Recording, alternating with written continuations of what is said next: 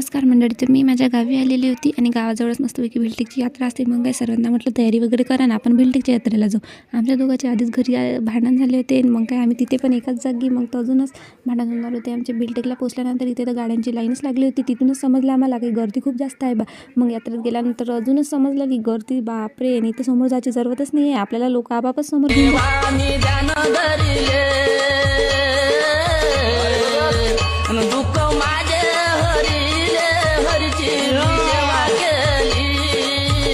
शंकर मजला पावल गायारती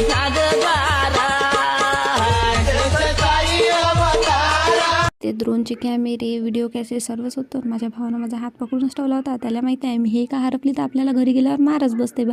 मग आम्ही लगेच घरी परत जाण्यासाठी निघालो. मस्तपैकी ऑगस्ट पाण्यात वगैरे बसलो होतो.